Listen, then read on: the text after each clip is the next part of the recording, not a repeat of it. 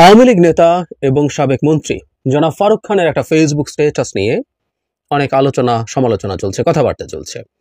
মানে উনি জেলে আছেন, জেলে থেকে তিনি একটা স্ট্যাটাস দিয়েছেন, অন্তত অ্যাপারেন্টলি সেটা মনে হয়, কারণ তার ভেরিফাইড অ্যাকাউন্ট থেকে স্ট্যাটাসটি দেওয়া হয়েছে। তিনি কি বলেছেন একটু দেখি, এবং এটা নিয়ে আসলে আমরা কি বুঝবো এবং কি করা উচিত সেটা নিয়ে কথা বলতে চাই। সেই স্ট্যাটাসে লেখা হয়েছে এরকম: অনেক চেষ্টা করে অনলাইনে এসেছি, জেলের চার দেয়াল আমাদের নিজ সত্তার সামনে দাঁড় করায়। অনেক কিছু বলতে চাই, কিন্তু এখন সবই বলতে পারছি না। এতটুকু বলবো, শেখ হাসিনাকে নেত্রী মেনেছিলাম, কিন্তু আজকে তার হঠকারিতার জন্যই আমাদের দলের এই পরিণতি। দলের নেতৃত্বে পরিবর্তন এবং সর্বস্তরে শুদ্ধি অভিযান ব্যতীত কোনো ধরনের রাজনীতিতে ফেরা উচিত হবে না। শেখ হাসিনার আওয়ামী লীগ আর চাই না, বঙ্গবন্ধুর আওয়ামী লীগ ফেরত চাই। জয় বাংলা, জয় বঙ্গবন্ধু। আমি আবার একটু পড়ি। অনেক চেষ্টা করে অনলাইনে এসেছি, জেলের চার দেয়াল আমাদের নিজ সত্তার সামনে দাঁড় করায়। মানে ওনার এক ধরনের বোধোদয় হয়েছে। আবারও বলছি, এইটা নিয়ে অনেক আলোচনা হবে, কিন্তু বক্তব্যটা এরকম। এখানে মানে বক্তব্যটার মধ্যে এই জিনিসগুলো আছে। অনেক কিছু বলতে চাই, কিন্তু এখনই সব বলতে পারছি না। এতটুকুই বলবো, শেখ হাসিনাকে নেত্রী মেনেছিলাম, কিন্তু আজকে তার হঠকারিতার জন্য আমাদের দলের এই পরিণতি। কথাগুলো খুবই সঠিক, খুবই খাঁটি কথা। দলের নেতৃত্বে পরিবর্তন এবং সর্বস্তরে শুদ্ধি অভিযান ব্যতীত কোনো ধরনের রাজনীতিতে ফেরা উচিত হবে না। Very true. শেখ হাসিনার আওয়ামী লীগ আর চাই না, বঙ্গবন্ধুর আওয়ামী লীগ ফেরত চাই। জয় বাংলা, জয় বঙ্গবন্ধু। মানে বঙ্গবন্ধুর আওয়ামী লীগ ফেরত চাই। বঙ্গবন্ধুর আওয়ামী লীগেও কি ছিল? বঙ্গবন্ধু, তাদের বঙ্গবন্ধু শেষ পর্যন্ত তার নিজের দলকে নিজের হাতে ধ্বংস করে শেষ করে বাকশাল তৈরি করেছিলেন। তিনি যখন মারা যান, হত্যাকাণ্ডের শিকার হন, তখন আওয়ামী লীগ বলে কিছু এক্সিস্ট করে না, তখন বাকশাল এক্সিস্ট করতো। উনি অবশ্য বঙ্গবন্ধুর আওয়ামী লীগের কথা বলছেন। যাই হোক, সেসব তর্কে যাচ্ছি না। যে আলোচনাটা খুব স্বাভাবিকভাবেই হচ্ছে, সেটা হলো একজন কারারুদ্ধ মানুষ কিভাবে তার ফেসবুকে এরকম স্ট্যাটাস দেয়। দুটো প্রবাবিলিটি। একটা হচ্ছে এটা হ্যাকড হয়েছে। আমি দেখেছি আওয়ামী লীগের বিভিন্ন জায়গা থেকে এই ধরনের মন্তব্য বিভিন্ন জায়গায় করা হচ্ছে যে তার অ্যাকাউন্ট হ্যাকড হয়েছে, তার বক্তব্যকে সিরিয়াসলি নেওয়ার দরকার নেই। এটা একটা। আরেকটা হচ্ছে কেউ তাকে দিয়ে করাচ্ছে চাপের মুখে। আমি কোনোভাবেই বিশ্বাস করি না ফারুক খানের মতো একটা নোংরা আওয়ামী লীগের বোধোদয় হবে। এরা সব শেখ হাসিনার মতো, এবং গোপালগঞ্জের লোক শেখ হাসিনার মতোই তারা সাইকোপ্যাথ। এবং আমরা নিশ্চয়ই জানি তার ভাই জনাব আজিজ খান সামিট আওয়ামী লীগের লুটপাট করার ক্ষেত্রে সবচেয়ে সিগনিফিক্যান্ট অলিগার্কের টপ 2-3 জনের একজন সামিটের আজিজ খান।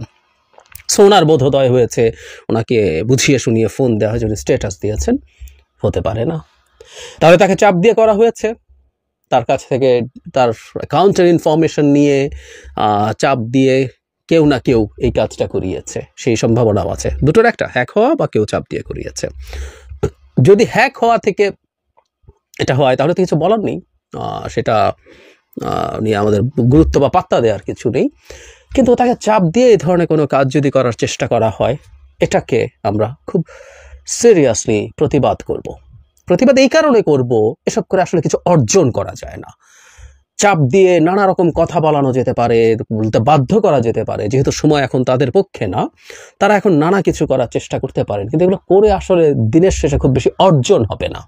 এই ঘটনাটা দেখে আমার মুহূর্তেই মনে পড়লো আমাদের 6 সমন্বয়ককে বৈষম্যবিরোধী ছাত্র আন্দোলনের সময় ডিবি হারুন যেমন ধরে নিয়ে গিয়েছিল এবং সেখান থেকে একটা স্টেটমেন্ট পড়ানো হয়েছিল।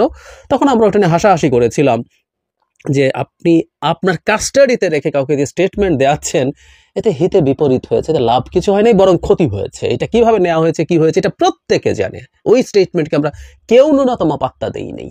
হয়েছে তো, এই যে হাসনাত, সার্জিস, নাহিদ, আসিফ, এরা সবাই ছিলেন, তাবাসসুম আরেকজন, মানে মোট 6 জন ছিলেন। তো এটাকে আমরা কেউ তো পাত্তা দেই নাই। ঠিক একইভাবে কাস্টাডিতে থাকা একটা মানুষ সুর করে এত ভালো কিছু হয়ে গেছে, এটা সন্দেহ তৈরি করে। এবং এটা একই ধরনের চর্চা। এটা করে আসলে যদি কেউ চাপের মুখে তাকে এটা করিয়ে থাকেন, কূটকৌশলের মাধ্যমে করিয়ে থাকেন, এটাতে কিছু অর্জন করা যায়নি, বরং ক্ষতি হবে। এতে গ্লোবালি এই আলাপ আওয়ামী লীগ করতে পারবে যে সরকারের কাস্টাডিতে থাকা কারা অন্তরীণ আওয়ামী লীগ নেতাদেরকে চাপ দিয়ে সরকার এই ধরনের কাজ করাচ্ছে।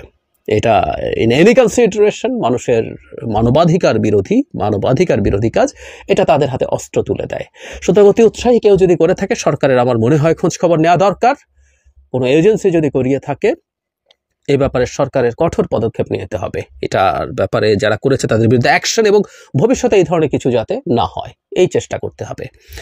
আওয়ামী লীগ যদি মনে করে, আওয়ামী লীগের অন্য মানুষজন তারা যদি স্পন্টেনিয়াসলি মনে করে, আবারও বলেছি এই স্টেটমেন্টের মধ্যে নিশ্চিতভাবে কিছু গুরুত্বপূর্ণ কথা আছে। শেখ হাসিনার নেতৃত্বই এই দলটা ধ্বংস এনে ডেকে এনেছে, অসংখ্য মানুষকে বিপদের মুখে ঠেলেছে এবং বলে দেশটাকে শেষ করে দিয়েছে শেখ হাসিনা, এই দানবটা আমাদের এখানে রাষ্ট্র ক্ষমতায় থাকার কারণে। এগুলো সত্য। সুতরাং তাকে বাদ দিয়ে নতুন নেতৃত্বের মাধ্যমেই আওয়ামী লীগ পুনর্গঠিত হতে পারে, এই কথাগুলো একেবারেই সঠিক, যদি আওয়ামী লীগ নামে রাজনীতি করার সুযোগ এই দেশের জনগণ রাখার ব্যাপারে সিদ্ধান্ত নেয়।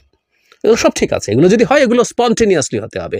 এরকম কাস্টাডিতে থাকা কাউকে দিয়ে এই ধরনের মন্তব্য করানো হলে না আমাদের ওই ডিবি হারুনের 6 সমন্বয়কের গল্পটাই মাথায় আসে। প্লিজ এসব হঠকারী সিদ্ধান্ত কোনোভাবেই যেন করা না হয়, এবং যারা করবে তাদের বিরুদ্ধে সরকার যেন ব্যবস্থা নেয়।